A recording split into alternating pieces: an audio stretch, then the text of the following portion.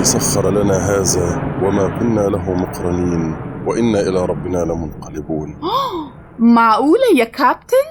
انت بتقرأ دعاء الركوب؟ أيوة، أنت مستغربة ليه كده؟ مستغربة إن تصرف متخلف زي ده يصدر من طيار متعلم زيك. ليه يا حبيبتي؟ شفتيني بلعب في مناخيري ولا إيه؟ لا، بس سيب الأفكار دي للناس اللي عايشة في الصحراء الهمج، مش الناس اللي بتطير في السماء وتلف العالم وتلبس منظارة يا كابتن. هو أنا لازم أطلع كارنيل إلحاد الأول عشان أبقى عضو في النادي بتاعكم؟ وماله الإلحاد يعني؟ مش فاهمة.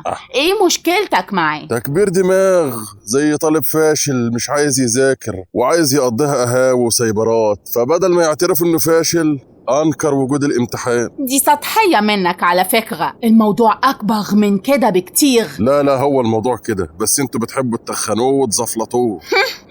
هو ليه بقى ما تقولش إنكم بتاكلوا عيش من ورا الدين يا كابتن؟ ده على أساس إني بلم القرابين اللي بتتقدم للمعبد واخدها. أنا طيار مش كاهن يا ريهام. وده ما يمنعش إنك بتستفيد من وهم الدين، على الأقل بتكسب ثقة الناس فيك. ما تحترمي نفسك يا ريهام، دي كلها من شارع واحد وعارفة بعضيها. قصدك إيه يا كابتن؟ يا بنت انت مش شغالة معانا في الشركة بقالك 5 سنين وعارف عنك كل حاجة. يعني إيه برضو؟ انت لاهطة من طليقك $500,000 مؤخر، صح ولا لا؟ أيوة. ووارثة من أبوك شقة في المهندسين بعد ما رفعت قضية على اخواتك. أيوة حصل. وأصلا الشركة بتصرف لك مكافآت في العيد الصغير والعيد الكبير وفي رمضان. دي كلها حقوقي على فكرة. طب ما الدين اللي هو اللي بيديك الحقوق دي يا ماما، لو عندك دم ارفضيها زي ما انت رافضة الدين.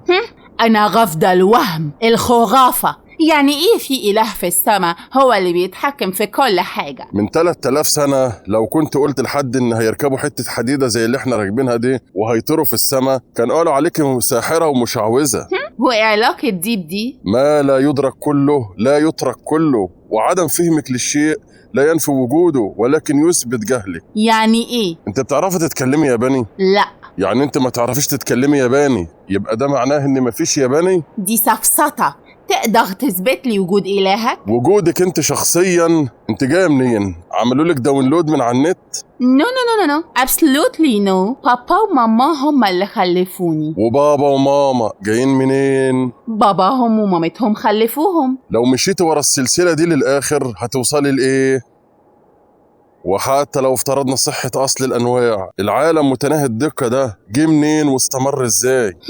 مجرد صدفة كونية مرت بمراحل كتير من التطور بعد البيج بان، الانفجار العظيم. انت عبيطة يا ريهام، كل ما زادت درجة الدقة قل احتمال الصدفة. الله، هو انفجار مصنع مرسيدس بيطلع عربيات يا ماما؟ بص بقى يا كابتن، أنا مش مقتنعة ومش هقتنع. عنك ما اقتنعتي وما شوف شغلك. حاضر. أوف، إيه ده يا كابتن؟ إيه ده؟ في إيه؟ إيه صوت التكتكة ده؟ مش عارف. إيه الجهاز الغريب ده يا كابتن؟ يا نهار اسود، قنبلة. إيه؟ دي قنبلة زمنية قدامها 60 ثانية وتنفجر يا ريهام، هتعملنا شاورما. يا نهار اسود، والعمل؟ احنا حتى ما فيش معانا خبير مفرقعات. طب وبعدين؟ هنموت يعني؟ مفيش حل غير ان نقطع سلك من ال4 دول ونعطل القنبلة. طب ما هو ممكن يفجر القنبلة. قدامك حل تاني؟ مش عارفة. اقطع انهي سلك بقى، احمر ولا ازرق ولا اصفر ولا اسود؟ مش عارفة. طب بقولك ايه، تيجي نعمل حادي بادي سيدي محمد البغدادي؟ يا نهار اسود ومنيل، انت عايزنا نرهن حياتنا كلها بضربة حظ، يا تصيب يا تخيب؟ ومالها الصدفة بقت كخة دلوقتي؟ لا استرها معايا يا رب، استرها معايا والنبي يا رب، ده انا غلبانة والله، هرجع اصلي واصوم بس استرها معانا يا رب. انا مخي جزمة قديمة والله يا رب يا رب. شكرا يا حاجة ريهام، أكبر ملحد لو اتحط في الموقف ده كان قال يا رب. ايه ده؟ هي القنبلة ما انفجرتش ليه يا كابتن؟ لا دي مش قنبلة، دي لعبة كنت جايبها للبت بنت الصغيرة. ايه ده؟ ريهام يا ريهام، غهام انت رحت فين يا غهام؟ يا غهام، طب اللدغة طيب يا غهام راحت فين؟ يا غهام ماتت.